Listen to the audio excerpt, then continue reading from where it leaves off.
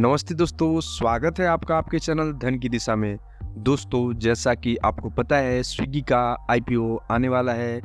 दोस्तों, इस वीडियो में हम स्विगी और ज़ोमैटो के फाइनेंशियल पैरामीटर्स के साथ-साथ अदर एस्पेक्ट्स में भी हम बात करेंगे। दोस्तों, वीडियो को स्टार्ट करते हैं। दोस्तों, जो स्विगी का आईपीओ आने वाला है, इसका इशू साइज़ जो होगा दोस्तों 11,327.43 करोड़ का होगा। दोस्तों, इसकी जो बिडिंग डेट है वो 6 नवंबर 2024 से 8 नवंबर 2024 के बीच रहेगा। यानी स्टार्ट जो दोस्तों होगा वो 6 नवंबर 2024 से लेके 8 नवंबर 2024 तक इसमें बिडिंग यानी अप्लाई कर सकते हैं दोस्तों।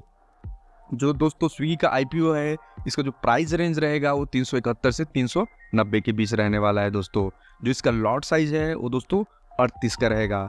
दोस्तों, अब हम बात करते हैं ज़ोमैटो और स्विगी में डिफरेंसेस की। दोस्तों, जो ज़ोमैटो की स्थापना हुई थी वो 2008 में हुआ था। वहीं जो स्विगी की स्थापना हुई थी दोस्तों वो 2014 में हुआ था। दोस्तों, जो ज़ोमैटो का जो बिज़नेस है फूड डिलीवरी पर ही नहीं डिपेंडेंट है। ज़ोमैटो जैसे आपको दोस्तों पता है जो ब्लिंकिट है उसको ज़ोमैटो ने अधिग्रहण कर लिया है और वो क्विक कॉमर्स ग्रुप है। जो ब्लिंकिट आप देखा होगा, आपने सामान भी आपने खुद ऑर्डर किए होंगे। तो ज़ोमैटो केवल अब फूड डिलीवरी ही नहीं करता है, उसके पास ब्लिंकिट भी है।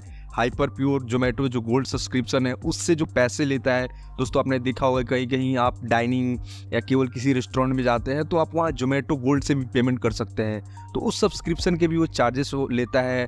तो जो दोस्तों जो रेवेन्यू है केवल डिलीवरी से ही इसके नहीं जनरेट होते हैं। ज़ोमैटो फूड डिलीवरी से, ब्लिंकिट से भी होते हैं दोस्तों, और ज़ोमैटो गोल्ड से भी होता है दोस्तों। वहीं दूसरी तरफ हम बात करें स्विगी का, तो स्विगी एक multi level platform service provide करता है। उसका जो दोस्तों है इंस्टामार्ट की ग्रोसरी जो है जो सर्विसेज है वो भी देता है। स्विगी जिन्नी है, आप जिन सुना होगा, उसका सब्सक्रिप्शन लेते हैं तो उससे भी वो जो है रेवेन्यू अपना दोस्तों जनरेट करता है। दोस्तों, अब आगे इसकी फाइनेंशियल हम टर्म्स की बात करते हैं।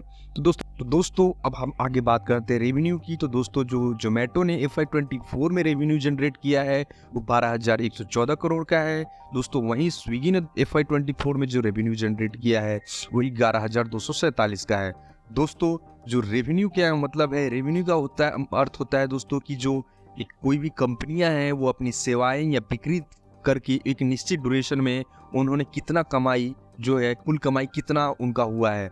दोस्तों, ज़ोमैटो का रेवेन्यू जो है 12,114 करोड़ है और वही स्विगी का 11,247 है। इसका मतलब ज़ोमैटो ने जो स्विगी से थोड़ी ज़्यादा कमाई की है। रेवेन्यू में जो ये अंतर है दोनों मार्केट स्ट्रेटजी की है। ऑर्डर की संख्या में मतलब जो पकड़ होता है उस पर भी निर्भर करता है दोस्तों। अब अगली बात करते हैं दोस्तों। जो अगला है दोस्तों वो है एबिटा का। अब दोस्तों यहाँ एबिटा देखिए जो है ये है ज़ोमैटो का 42 करोड़ का, और दोस्तों वहीं स्विगी का जो माइनस में है 2,208 करोड़ का। तो दोस्तों अब इसका क्या मतलब है दोस्तों? एबिटा का मतलब है दोस्तों, एबिटा का पहले तो फुल फॉर्म जो होता है earning before interest, taxes, depreciation and amortisation. मतलब होता है दोस्तों एक वित्तीय मापदंड होता है जो कंपनी के मुख्य ऑपरेशन में होने वाले लाभ को दर्शाता है। तो यहाँ जो ज़ोमैटो का एबिटा है दोस्तों 42 करोड़ का है, जो बताता है कि कंपनी का ऑपरेशन जो है वो लाभदायक है दोस्तों। वहीं स्विगी का जो एबिटा है माइनस में है, इसका मतलब है स्विगी का ऑपरेशन फिलहाल घाटे में चल रहा है दोस्तों। अब अगली बात करते हैं हम दोस्तों एबिटा मार्जिन की। तो जो एबिटा मार्जिन है जो तो ज़ोमैटो का वो 0.3% का है, और जो एबिटा मार्जिन है स्विगी का नॉट अवेलेबल है। नॉट अवेलेबल क्यों है दोस्तों, इसके बारे में मैं बताऊंगा दोस्तों। पहले जान लेते हैं एबिटा मार्जिन क्या है दोस्तों। एबिटा मार्जिन है कंपनी ने ऑपरेशन में कितना कमाई से कुल राजस्व कितना प्रतिशत लाभ कमाया है। मतलब दोस्तों जो कंपनी ऑपरेशंस किए हैं उस राजस्व मतलब जिसके उस पास पूंजी है उससे कितना परसेंट वो लाभ कमाया है दोस्तों। तो ज़ोमैटो जो है 0.3% लाभ कमाया है, और जो स्विगी जो एक्चुअली जो 0.3% है वो भी मामूली लाभ है दोस्तों। लेकिन जो स्विगी का एबिटा मार्जिन है वो उपलब्ध इसलिए है दोस्तों क्योंकि उसने प्रॉफिट कोई जनरेट ही नहीं किया है, तो इसलिए वहाँ पे अभी नहीं है। अब अगली बात करते हैं दोस्तों। जो FY24 में जो प्रॉफिट जो जनरेट किया है ज़ोमैटो ने दोस्तों 351 करोड़ रुपए का था। वहीं पे जो स्विगी का है वो माइनस 2,350.2 करोड़ का है। तो दोस्तों इसका मतलब ये है कि जो स्विगी है घाटा कर रही है, वहीं ज़ोमैटो जो है वो फायदे में है।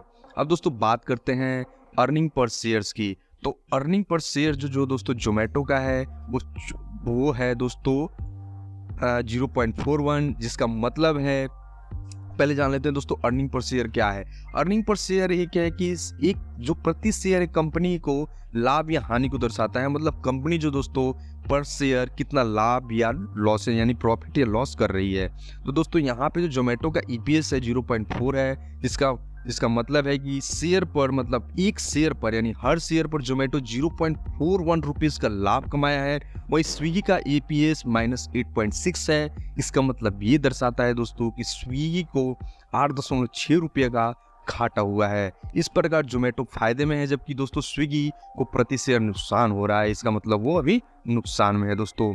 अब दोस्तों हम बात करते हैं रेस्टोरेंट पार्टनर्स की। दोस्तों जो जोमेटो के पास रेस्टोरेंट पार्टनर है वो 2,47,000 के अप्रॉक्स है। वहीं पे स्विगी का है जो दोस्तों 1,96,000 के अप्रॉक्स है। तो यहाँ पे भी आप देख सकते हैं दोस्तों जो जोमेटो है वो डोमिनेट कर रहा है।